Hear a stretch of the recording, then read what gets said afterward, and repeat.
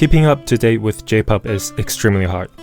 First of all, Japan has the second largest music market in the world, so just the number of songs coming out each week is overwhelming. Second, J-pop is still new to the Western world, so you don't have established English outlets like K-pop. That's why I've decided to make a video about the best ways to discover more Japanese songs, and maybe even find your next favorite song. If you're wondering why you should listen to my suggestions, here are some artists that I've been a fan of before their breakouts. Yones Kenshi, Ado, Aimyon, Yorushika, Mrs. Green Apple, Official Higedandism, and King Gnu, just to name a few. Let's move on if you're convinced. In this video, I'll discuss the many ways you can discover J-pop as an English speaker, from different platforms to playlists, and some of my own methods in the end as a bonus. I'll also give you an honest review of their music choices, and suitability for beginners and veterans. Now that's out of the way, without further ado, let's get started. Let's begin with online communities. I say communities, but really it's just Reddit.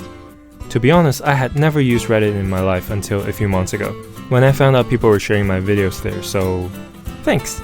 Anyway, since then I've been visiting the J-pop and Japanese music subreddits from time to time, to kind of educate myself on what people are listening to.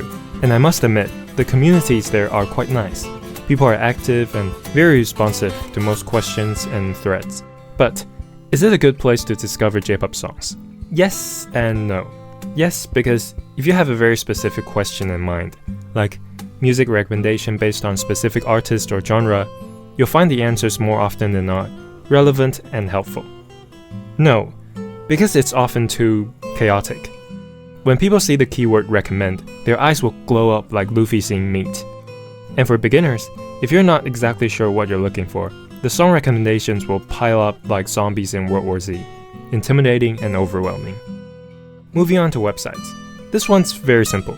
If you want to keep up with the latest trend, you can find all kinds of charts on Oricon and Billboard Japan. Also, Billboard Japan English on Twitter provides regular chart updates. Moving on to social media. This should be quick. There's an Instagram account called Japan Songs Daily that I recently discovered, and to be honest, I was a bit disappointed.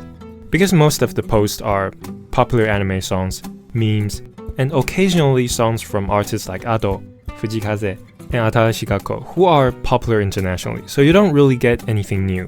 That's why I would only recommend this if you're relatively new to J-pop and anime songs, because I won't deny that the selection of songs is actually pretty decent. Next up is streaming platforms. YouTube is a really good place to start if you're new to J-pop. There are many videos of J-pop or anime music charts and compilation videos of popular songs. But if you're already familiar with J-pop and have established your preferences, at the end of the day, those are the same old popular songs that you probably already knew. If you want to dig deeper on YouTube, the best way is actually to keep watching music videos and let the algorithm do its magic.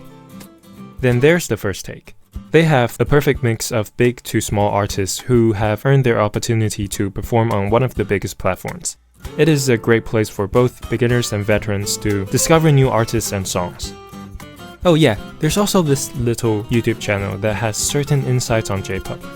Perhaps you should pay him a visit and maybe smash the like and subscribe button along the way. Alright, with Spotify, customized playlists like Daily Mix and Song Radio are decent ways for Spotify's algorithm to recommend new music. The Fans Also Like section is also great for discovering new artists. But I will say that it doesn't work as well with popular artists, because it just keeps showing the same list of mainstream artists, so it's better to expand from less popular ones.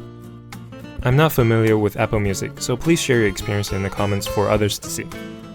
And this brings us to the last and most important part of the video. Playlists. Now I've only reviewed Spotify playlists because that's what I'm using, and a huge reason why I chose Spotify was it's more J-pop friendly.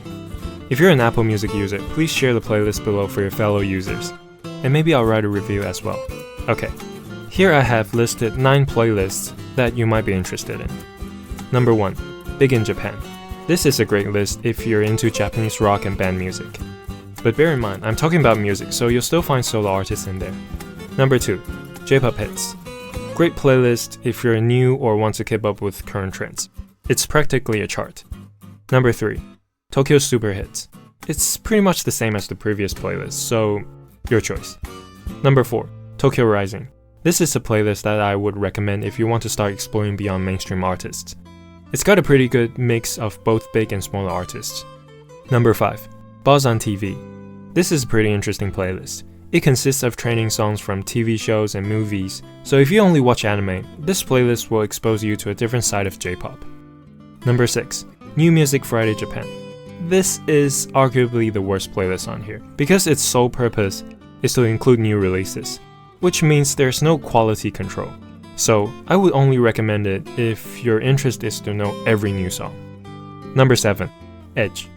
This is a Japanese indie music playlist, so it's gonna be quite hit or miss because they're either diamonds in the rough or not popular for a reason. Number 8. Gachapop. The best playlist on the list, period. You can tell Spotify Japan really put in a lot of effort with this one, because it has all the recent popular songs, plus songs from relatively unknown artists that are starting to gain attention in Japan. Number 9. Radar, Early Noise. This is a playlist where Spotify select up-and-coming artists that they believe have bright futures ahead. If you look at the selected artists from 2024, you might recognize a few of them in my top 20 songs of 2024. But here's the twist. While I fully recommend the methods I've just mentioned, and I do believe they are the best for J-pop fans in general, I don't really use most of them that often. The reason is that I'm already following most of the popular artists, so I usually know their songs around release.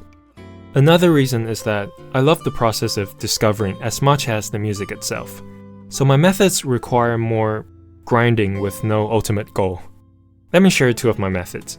First, when I find a song that I like, sometimes I'll look for the songwriter or producer for more similar sounds or lyrics.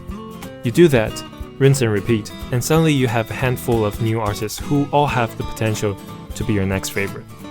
Second, I regularly visit a Japanese website called Note. It's a website where people share articles on all kinds of topics, including J-pop. There are a lot of interesting general discussion around J-pop, and from time to time, I'll pick up some new artists that are not even on Spotify's radar yet. It doesn't get fresher than hearing from people who frequently visit live houses. I hope this video will make your life as a J-pop fan easier. And if there are any methods that work well for you, that I didn't mention, please share them in the comments. This has been Cushion. See you next time.